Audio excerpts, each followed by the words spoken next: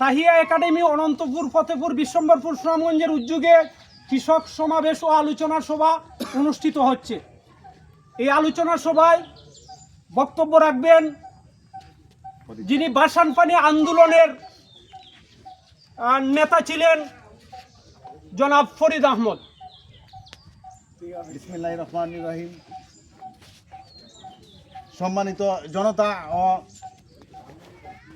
কৃষক আলোচনার সর্বজনতাকে আন্তরিক শ্রদ্ধার সাথে স্মরণ করছি। সম্মানিত দেশবাসী, কৃষি ও কৃষকের সমস্যা হচ্ছে মূল সমস্যা। সব সমস্যা আসছে, কৃষি সমস্যা হচ্ছে একটা বড় সমস্যা। আমরা কৃষকের যে সমস্যা, আদিকাল থেকে এই সমস্যা সমাধানের লক্ষ্যে আমরা সংগ্রাম করে আসছি। তবে সমাধানের লক্ষ্যে সরকার সঠিক সিদ্ধান্তে পৌঁছতে পারে নাই।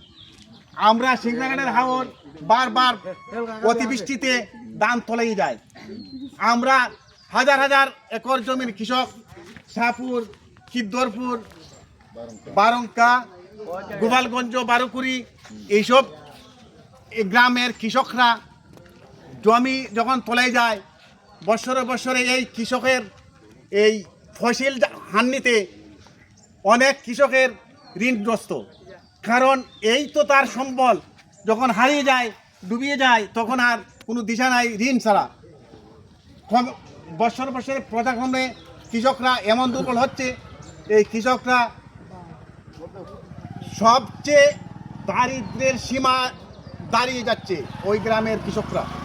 আমি চাই এই সিংড়াগানের আমরের সরকারি উদ্যোগে একটা সুষ্ঠু তদন্তের মাধ্যমে এই হাওরটাকে রক্ষা করার জন্য আমরা সাধারণ কৃষকের জ্ঞানে আমরা পাচ্ছি যে এই অতিবৃষ্টির পানি যদি আল্লাহ দেওয়া ওই নদীতে পানি কমিয়ে যায়, তাহলে সুইচ গেটের দ্বারা আমরা পানি নিষ্কাশন করতে পারি।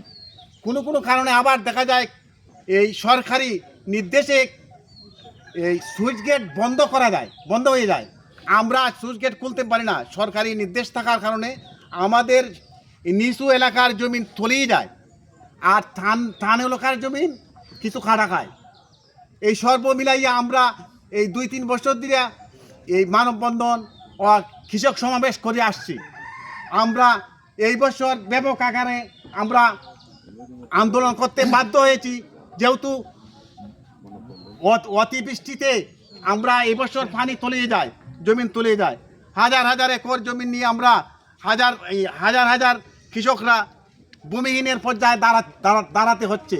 যেহেতু আমরা জমিনের ফসল তলিয়ে যায়, তখন আমরা অসহায় হয়ে আমরা এর নিজের এলাকা ছাড়িয়ে আমরা ঢাকার শহরে গিয়ে এই শ্রমিকের কাজ করে আমরা জীবন ধারণ করি।